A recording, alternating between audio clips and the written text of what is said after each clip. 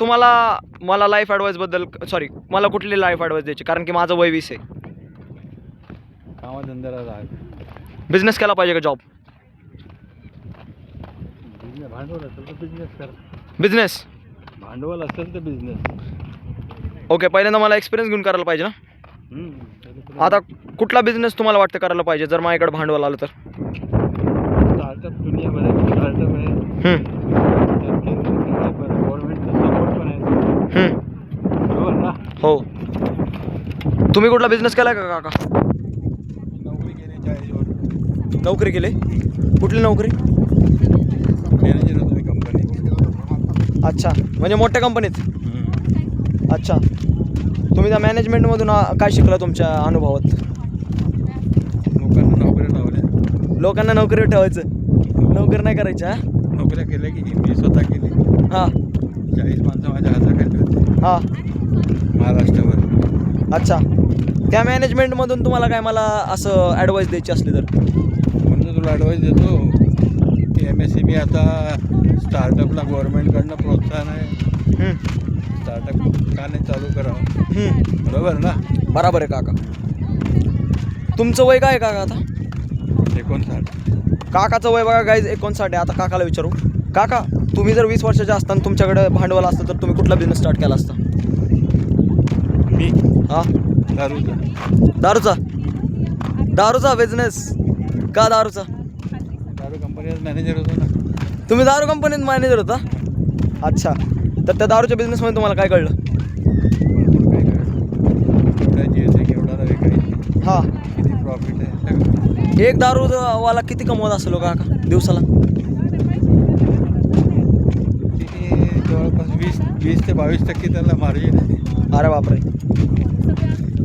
1 लाखाचा बिझनेस करतो. किती? 22,000 रुपये घेऊन जातो घरी रोज. बघायचं तसं काय कंपनी बिंपनीवर असतं का?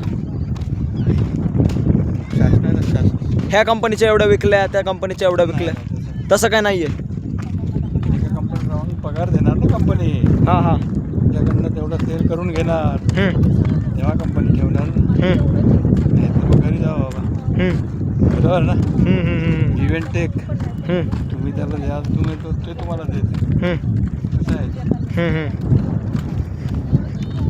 अजून दुसरा कुठला बिझनेस काका ह्याच्या व्यतिरिक्त? सांगितलं ना स्टार्टअप आहे आता चांगले. बिझनेस स्टार्टअप MSME आहे छोटे. ह्याचा बिझनेस कसा वाटतो काका तुम्हाला, की गाड्यांचा?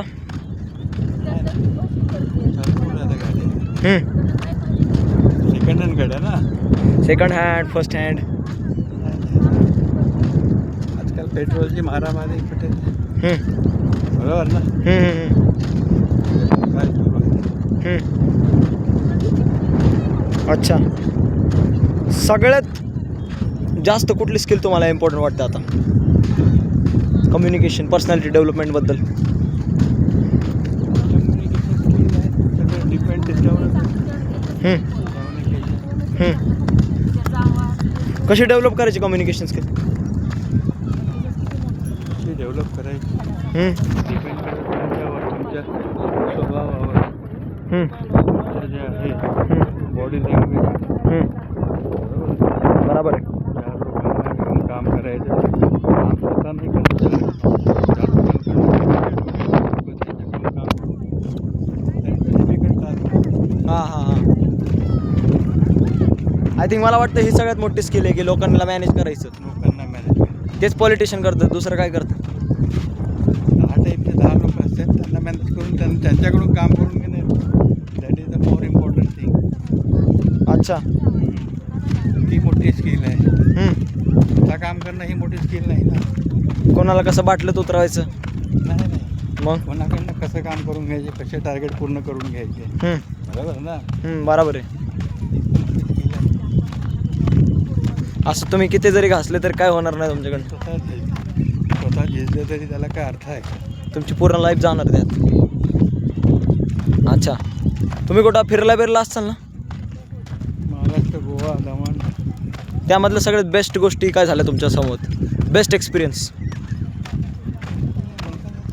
काय काय आठवणार होतं? लाईक आता तुम्हाला मला सांगायचं आहे गोवाबद्दल की कुठं कुठं जायला पाहिजे, दमणबद्दल कुठं जायला पाहिजे, बेस्ट जागा गोव्याला बीचेसमध्ये जा, कुठं? बीचेसला. बीचेस. दमणलाही बीचेस आहेत ना, कोस्टल एरिया आहे ना सगळं. दमणला बी कोस्टल एरिया आहे ना. दीव दमण, दीव पाहण्यासारखं आहे. दमण बी समुद्र किनारी आहे. लग्नाबद्दल काय वाटतं काका तुम्हाला? लग्न करण्याचं बेस्ट वय? प्रेम प्रेम करा, लग्न करा. 25 ते 30 मध्ये करून घ्यायला. करायचं प्रेम? प्रेम करा त्याचं डिपेंड करतं तुमच्यावर, तुमच्या इन्कमवर. आत्ताची जनरेशनबद्दल बघून काय वाटतं तुम्हाला? प्रेम असेल? टिकलं पाहिजे ते महत्त्वाचं आहे. टिकतं पण वय? प्रेम तर करणारे भरपूर असते. टिकलं पाहिजे ते महत्त्वाचं. तुम्ही काय केलं, लव्ह मॅरेज का अरेंज? आमचं अरेंज आहे.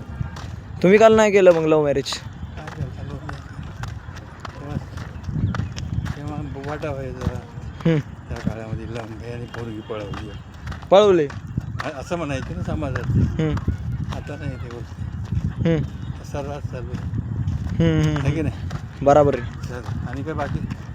आणि मला विचारायचं एक लास्ट गोष्ट ती म्हणजे मी 20 वर्षाचं आहे तर मला पैशाबद्दल कसं मॅनेजमेंट करायला पाहिजे आणि मी माझा टाईम कसं स्पेंड करायला पाहिजे आणि मी कसले प्रकारचे मित्र चूज करायला पाहिजे आतापासून? मित्र म्हणजे आपले सगळे कामात धंदेवालेच मित्र असलेले. प्रोत्साहन मिळतो कामाचा आपल्याला. बिझनेसवाले असायला पाहिजे का पॉझिटिव्ह माइंडसेट? काय पाहिजे मित्रांच्या क्वालिटीज?